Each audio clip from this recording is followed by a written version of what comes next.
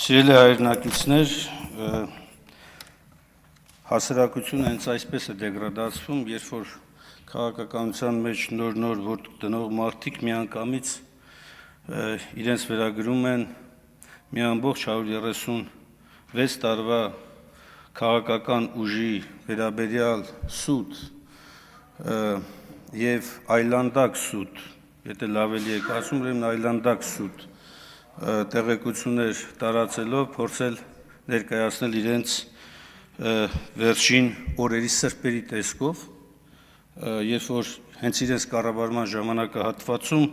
մի ամբողջ սերունդ է ոչնչանում, մի ամբողջ պետականություն է կործանվում, մի ամբողջ երկիր է ներխուժում թշնամին եւ օկուպացված պահում։ Ու այս մարդիկ այսօր շարունակում են իրենց պահել, կարծեք թե իրենք իշխանություն չեն եղել։ Մեղադրում են ընդդիմությանը, տարբեր ուժերի, որ Արցախը հանձնվեց։ Եթե դուք իշխանություն չէիք, եթե դուք իշխանություն եք եւ ձեր պատասխանատվության տակն ու հանձնվելը, էլի մեղավորը դուք եք։ Եթե դուք իշխանություն չէիք, ապա ով էր ձեզ իրավունք վերապահել խոսել Արցախի ժողովրդի անունից։ Այս ամենին անշուշտ պատասխան կտրվի իշխանափոխությունից հետո եւ նաեւ թե որ երկրի ու որ կազմակերպությունների գործակալներ եք դուք եղել։ Նկատի չունեմ բոլորին, նկատում եմ հատկապես նրանց, ովքեր հետևողականորեն հայ երիտասարդին, հայ մորը, հայ ժողովրդին օգտագործում են իրենց իշխանությունը պահելու համար։ Բայց քանի որ կենտրոնական ընտրական հանձնաժողովի զեկույցի քննարկումն է եւ չափազանց կարեւոր է առաջիկա ընտրությունների շրջանակում առավել առարկայական խոսել ընտրական միջավայրի մասին, պարոն Հովհաննիսյան, ես երկու հարցի վերաբերյալ եմ ուզում իմ ելույթում խոսել։ Առաջինը բարեգործության արգելքի եւ վարչական ռեսուրսների չարաշահման մասին է։ Այս երկուսը ես ինչու եմ դիտարկում նույն հարթության մեջ, որովհետև երկուսի կարգավորումն էլ ընտրական օրենսգրքով հստակ է եւ արգելված է եւ պայմանավորված չէ բացառապես մայիսի 8-ով, երբ որ արդեն օրինական քարոզարշավն է սկսվում։ Վարչական ռեսուրսը, ինչպես օրենսգիրքն է ամրագրում, ֆինանսական, նյութական, վարչական լիազորությունների սահմաններում հանրային պաշտոն զբաղեցնող անձի հնարավորությունն է, որ նա պետք է կամ ավելի ճիշտ գործադրում է այս ընթացքում եւ շատ ուղիղ է արգելքը դրված։ Բացարձակ կապ չունի մայիսի 8-ից օրինական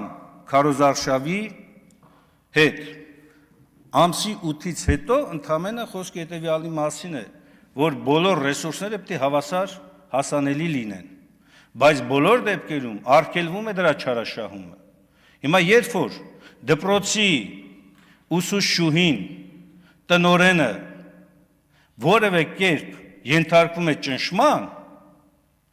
այս ընթացքում դա վարչական ռեսուրսի չարաշահում է, ուղղակի չարաշահում է։ Դուք ասում եք չենք արձանագրել, բայց համացանցում այդքան որ տարածվում են, այդ նյութերն ինչի մասին են։ Դա պետք է հետևեիք։ Կամ երբ որ հակակոռուպցիոն կոմիտեն այսքանի ժամանակ անդադ ասում է, չէ՞ դրա մասին, բարեգործական արգելքը, բարեգործություն իրականացնելու արգելքի մասին եւ այլն։ Հիշում եք, այս ամբիոնից ես բարձրաձայնել եմ այդ մասով, այդ հարցով եւ դիմել էինք սահմանադրական դատարան։ Ու ձեր ձևավորած սահմանադրական դատարանը գիտեք ինչ է պատասխանել։ Մենք կիսում ենք դիմումատուների մտահոգությունը, անթույլատրելի է բարեգործական անվան տակ նախընտրական քարոզչություն իրականացնել եւ այլն։ Բայց քանի որ առարկայական գործ չկա, հետեւաբար մենք չենք կարող անդրադառնալ այդ հարցին։ Այդ հիմքով մերժել են դիմումի վարույթ ընդունումը։ Մենք իրենց դիմել ենք, ասում ենք բարձր դատարան, տուր ունես մեկնաբանություն, որ իրավահպատակ վարքագիծ ունեցող քաղաքական ուժերը, մարդիկ այդ մեկնաբանության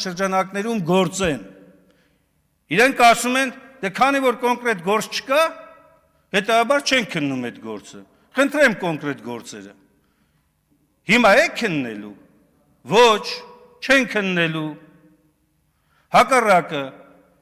Հակակոռուպցիոն կոմիտեն, քննչական մյուս մարմինը, իրավապահ մարմինները հետևողականորեն ընկած են իշխանությանը քննադատողների, իշխանությանը դատապետողների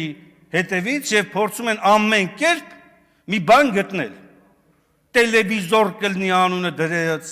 չգիտեմ ինչ կլնի անունը դրած,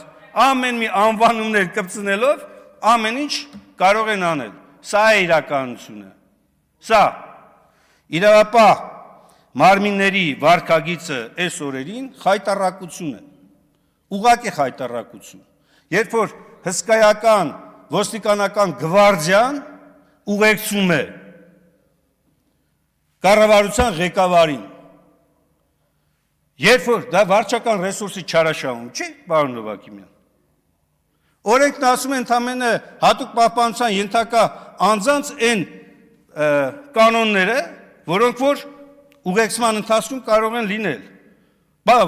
ամբողջ մի ոստիկանական գվարդիա, ինչ է անում ընդ Մյուս կարևոր հարցը, այս իրավապատակ վարքագծի տեսակետից, տեսեք, պարոն Նովակիմյան, պատահական չտվեց այդ հարցը,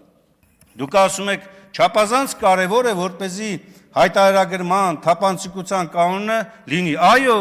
ես էլ եմ գտնում, որ պետք է լինի ու պարտադիր է լինի, նախընտրական շրջանում ցանկացած միջոց, որ ծախսվել է, այո, դա պիտի հրապարակային լինի, դա պիտի հայտարարագիր ունենա եւ պիտի հրապարակվի, ու հետևից էլ երևա ֆինանսավորման աղբյուրը, բայց դրա համար ենք դիմել ձեզ, ասում ենք պարզաբանում տվեք, նախընտրական շտաբում կամավոր աշխատանքի մասին, այս պարլամենտ, այս մեծամասնությունը քվեարկել ընդունել է, այդ նաև ընտրական գործընթացներում ներգրավելու մասով, ինչ կանոններով են կամավորները ներգրավում, ինչպես են հայտարարագրելու իրենք, կուսակցությունները, վատ բան ենք հարցնում, ասում ենք տվեք հստակ կանոններ, որպեսզի այն ուժերը, այն անձինք, ովքեր որ ուզում են իսկապես իրավահպատակ վարքագիծ դրսևորել, այդ կանոններով գործեն։ Հակակոռուպցիոն կոմիտեն մի հատ սև սենց արկ իր համար ստեղծել, մեկ էլ օպլա,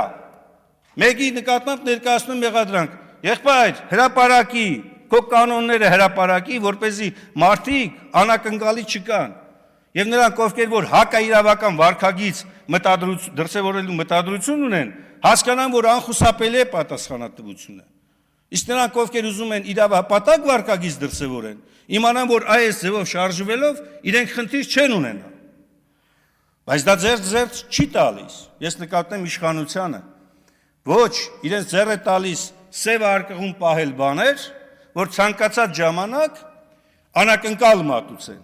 Մի հատ էլ հմեկի ռեպորտաժներ պատրաստեն։ Այ հարայ հասեք, այստեղ ընտրակաշառքներ են բաժանվում, այստեղ բարեգործություն է կատարվում, այստեղ չգիտեմ ինչ է լինում։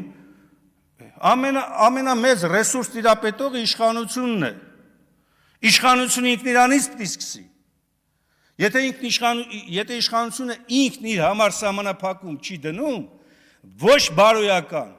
ոչ քաղաքական, ոչ առավել ևս իրավական տեսակետից չունի այդ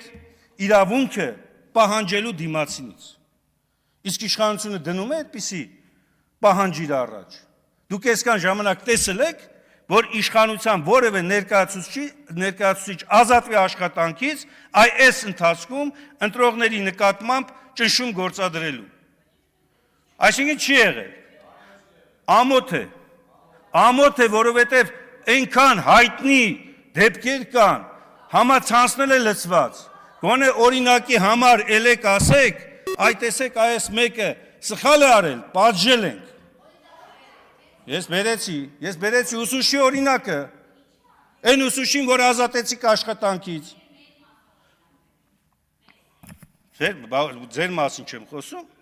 ով է ազատել աշխատանքից այդ մարդուն, գիտության կրթության նախարարը։ Սերի գործընկերներ, լավ, քանի որ դուք շատ եք եւ աղմուկը շատ է անընդհատ, Հնարավոր չի լինում բոլորին անդրադառնալ, արձագանքել։ Ուղղակի ժամանակն էլ ավարտվեց։ Ես կարծում եմ, երևի խմբակցության ելույթում էլ կանդրադառնամ, ելի մի քանի կարևոր հարցեր կար։